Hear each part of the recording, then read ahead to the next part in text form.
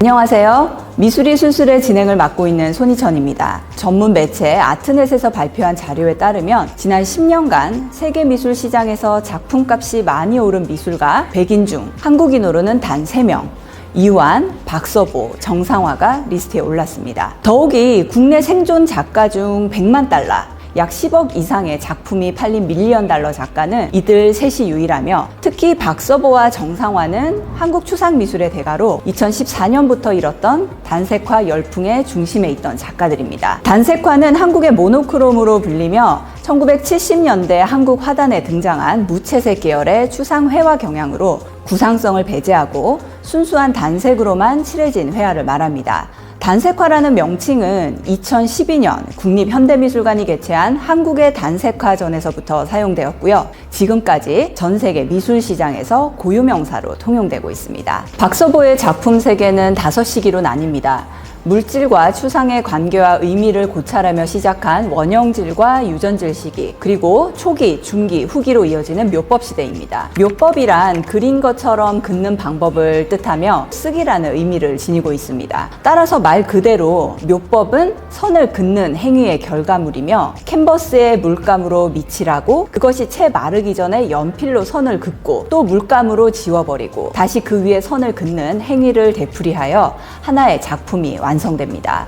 1950년대 원형질 시기는 상흔으로 인한 불안과 고독, 부정적인 정서를 화면에 담았고, 이후 유전질 시기에는 옵아트와 팝아트를 수용하며 기하학적 추상 작업을 이어갔습니다. 1970년부터 시작한 초기 묘법은 연필 묘법이라고도 하는데요. 이는 1967년 4살짜리 아들이 한글 쓰기 연습을 하며 쓰고 지우고 또 쓰는 모습에서 착안하였다고 합니다. 1982년 닭종이를 사용하면서 시작한 중기 묘법은 한지의 물성을 극대화하여 캔버스에 한국 고유의 수제 닭종이를 물에 불린 다음 여러 겹 올리고 이 위에 물감을 발라 마르기 전에 문지르거나 긁고 밀어붙이는 등의 행위를 반복하여 지그재그 묘법이라고 불리기도 합니다. 마지막은 1990년대 중반에 시작해 현재까지 이어지는 색채 묘법으로 불리는 후기 묘법입니다. 이 시기 박서보는 화면에서 손의 흔적을 없애고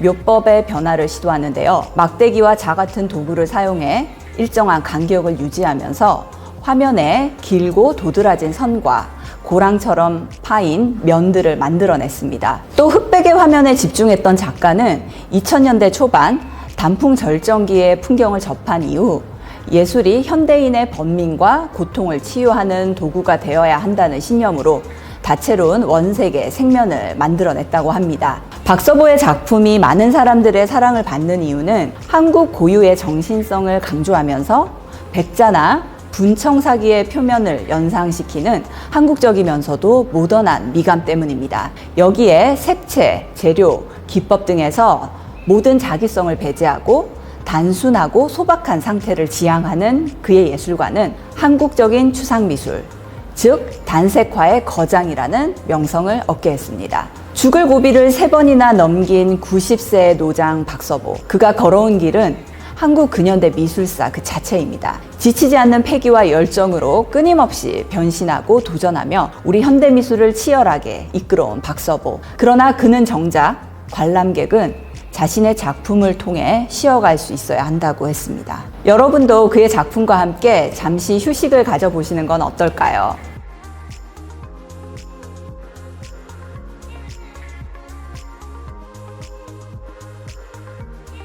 박서보와 어깨를 겨루는 추상미술의 거장 정상화는 본질적인 아름다움에 다가서려는 욕구가 본인을 단색 추상화의 세계로 이끌었다고 언급했습니다. 결과가 아닌 결과물에 이르는 과정을 보여주고자 했다. 정상화의 말에 따라 그 작업 과정에 대한 좀 더 자세한 설명이 필요할 것 같습니다. 물감을 고령토에 개어서 캔버스에 3에서 5mm 정도 두께로 발라 건조시킨 다음 틀에서 캔버스를 벗겨낸 뒤 뒷면에 격자 모양으로 미세한 흠을 낸다고 합니다. 가로 세로 일정하게 주름을 잡아 균열을 만드는데 경우에 따라 사선 주름도 잡습니다. 벗겨낸 캔버스를 다시 틀에 끼우고 작은 네모로 쪼개진 고령토 조각 일부를 떼어내고요. 고령토가 떨어진 자리를 물감으로 메우고 남은 고령 조각 일부를 또 떼어내고 떼어난 자리에 물감을 메우고 남은 고령토 조각 일부를 또 떼어내고 이 과정을 6회 정도 반복한다고 합니다. 보통 사람은 흉내내기 힘든 이 어려운 노동 집약적 과정을 백발노장 정상화는 지금도 해내고 있습니다. 이런 작업을 지속하면서 얻게 된 담백한 화면 속에는 수없는 작가의 희열과 고됨이 뭉쳐져 있음을 느끼게 됩니다. 그의 작업은 매우 비슷해 보이지만 어느 작업도 유사하지 않습니다. 같은 백색일지라도 구성하는 요소가 작업마다 다르고요. 격자들의 크기와 형태, 또 색채와 높낮이가 모두 다르기 때문에 이전과 같은 작업이 나올 수가 없습니다. 그래서 작가는 완성된 결과물이 아니라 그 결과물에 이르는 작업 과정에서 의미를 찾는 과정의 예술이다라고 말을 하고 있습니다. 국내뿐 아니라 세계 주요 미술관과 갤러리에서 전시를 가졌고요. 2011년 프랑스 생떼띠엔 미술관에서 첫 번째 회고전을 성공적으로 개최합니다. 2012년에는 200호 대작 2점이 생떼띠엔 미술관에 소장되기도 했습니다. 또 2015년 10월 크리스티 뉴욕 록펠라 센터에서 열린 자연을 이루다 한국 모던 추상화와 단색화 전시에 참여하여 세계 미술의 메카 뉴욕에서 한국 미술의 우수성을 널리 알리기도 했습니다. 정상화 화백은 지난 60년간 작품 활동을 단색화가 있어서 작업을 한 것이 아니라 단색화가 나를 찾아준 것 같다고 했습니다. 한국의 단색화는 보이는 것이 아닌 보이지 않는 그림을 그리는 것이며 자신의 작품 속 흰색은 하나의 흰색처럼 보이지만 보이지 않는 다양한 색들이 존재한다고 얘기했습니다. 대여섯 차례 채웠다 비웠다 하는 과정을 반복하면서도 의외로 그는 명상을 하지 않는다고 합니다.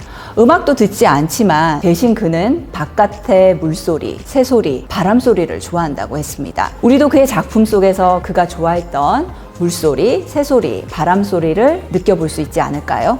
오늘 미술이 술술은 여기서 마치겠습니다. 즐거운 하루 보내세요.